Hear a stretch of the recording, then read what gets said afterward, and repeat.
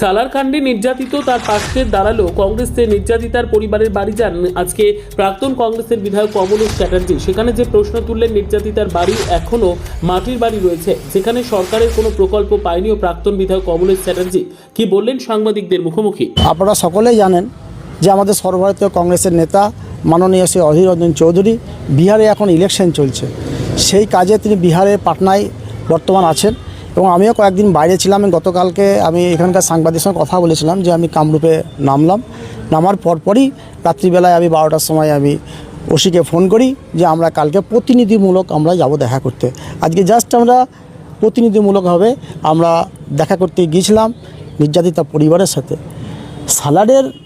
সালারের মানুষের দোয়াতে, সালারের মানুষের আশীর্বাদে, ভরতপুরের মানুষের আশীর্বাদে 2016 সালে আমি এখানে জয়লাভ করেছিলাম, আমি বিধায়ক হয়েছিলাম।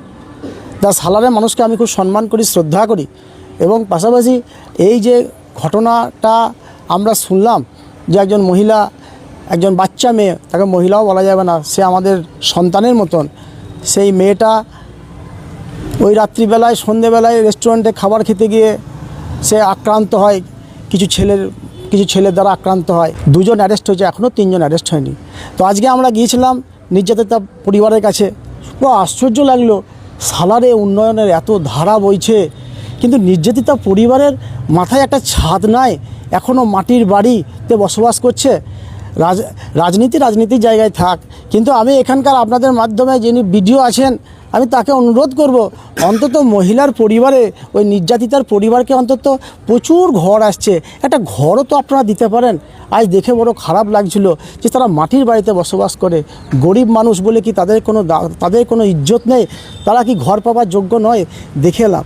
পাশাপাশি নির্যাতিতার মা আমাকে বলেছেন যে আপনি অধীর চৌধুরীকে বলবেন আমাদের হয়ে, যাতে অধীর চৌধুরী যাতে এই দেখাশোনা করে। আমরা বললাম হ্যাঁ নিশ্চয়, জাস্টিস ডিনাইড, বাট জাস্টিস কখনো বিকল হতে পারে না, কারণ আমরা বিচার ব্যবস্থার প্রতি আস্থাশীল। সালারে বহু বড় বড় মহিষীদের বসবাস, তারা সেখানে জন্মগ্রহণ করেছিলেন। আজকে সালারের মানুষের এই যে দুর্দশা, এই দুর্দশার কথা সামনে দিনে মানুষকে চিন্তা করতে হবে, গোটা সালারের মানুষকে এক জায়গায় দাঁড়াতে হবে, রাজনীতির জায়গায় রাজনীতি হবে। এটা সামাজিক অপরাধ হয়েছে বলে অন্তত আমি মনে করি। সবারই বাড়িতে মা আছে, বোন আছে, সবারই বাড়িতে সব কিছু আছে। অন্যায় অবশ্যই বলতে হবে, আর এই অন্যায় যদি আজকে বন্ধ না হয়, কালকে সবারই বাড়িতে এই ঘটনাগুলো ঘটবে। সমাজে যদি আপনার ঘুণ ধরে তা গোটা সমাজ ব্যবস্থাটা কিন্তু ভেঙে যাবে। কোনো রাজনীতির কথা আমি বলতে চাইছি না, আমরা নিশ্চয় কংগ্রেস করি, আমাদের নেতা অধীর রঞ্জন চৌধুরী, আমরা যে কোনো জায়গায় প্রতিবাদে সবারই আগে আমরা থাকি, কিন্তু বিষয় হচ্ছে যে রাজনীতির জায়গায় রাজনীতি থাকবে, বাড়িতে ভাই বোন মা বাবা সবাই তো নিরাপত্তায় থাকবে। আজকে নিরাপত্তা কোথায়? আজকে নিরাপত্তার জন্য প্রশ্ন তুলছি। আজকে আমরা বলতে চাইছি যে মহিলার বাড়িতে এই ঘটনাটা ঘটেছে, সেই নির্যাতিতার পরিবারকে আমি থানায় দাঁড়িয়ে বলছি আরও তাদের পুলিশ প্রোটেকশন বাড়ানো তাদের দরকার আছে, এবং সেই মহিলাকে সামাজিকভাবে আরও তাদেরকে মজবুত করতে হবে, তাকে মানসিকভাবে আরও মজবুত করতে হবে, যাতে সেই মেয়েটা সামনের দিনে আরও ভালোভাবে বাঁচতে পারে, সেই সুযোগ তাকে করে দিতে হবে। বামফ্রন্ট এসেই কিন্তু বলছে যে নির্যাতিতা পরিবারের উপর চাপ সৃষ্টি করা হচ্ছে, এটা নিয়ে আপনি কি বলবেন? নির্যাতিতা পরিবারের সঙ্গে আমি দেখা করে এলাম, আমরা আপনাদের মাধ্যমে শুনেছি, যদি চাপ সৃষ্টি করে থাকে তো ঠিক করেনি, কিন্তু নির্যাতিতা পরিবার কিন্তু আমাকে এই ধরনের কথা কিছু বলে নাই। আমরা অনেকেই ছিলাম, এই ধরনের কথা কিন্তু আমাদের কিছু বলে নাই।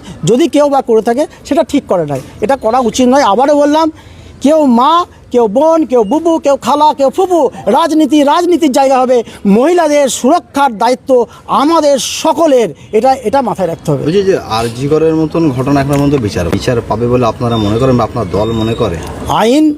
আইনের প্রতি তো আমরা ভরসা রাখি, আমাদের মুখ্যমন্ত্রী মমতা ব্যানার্জির প্রতি ভরসা না থাকতে পারে, কিন্তু পশ্চিমবাংলার আইনের প্রতি যে আইন ভারতবর্ষের জাতীয় কংগ্রেস তৈরি করেছে তার প্রতি তো আমাদের শ্রদ্ধা থাকবে, তার প্রতি তো আমাদের ভরসা থাকবেই। নিশ্চয়ই আইনের পথে চলবে, আইন কখনো তার জায়গা থেকে সরে আসবে বলে আমার মনে হয় না।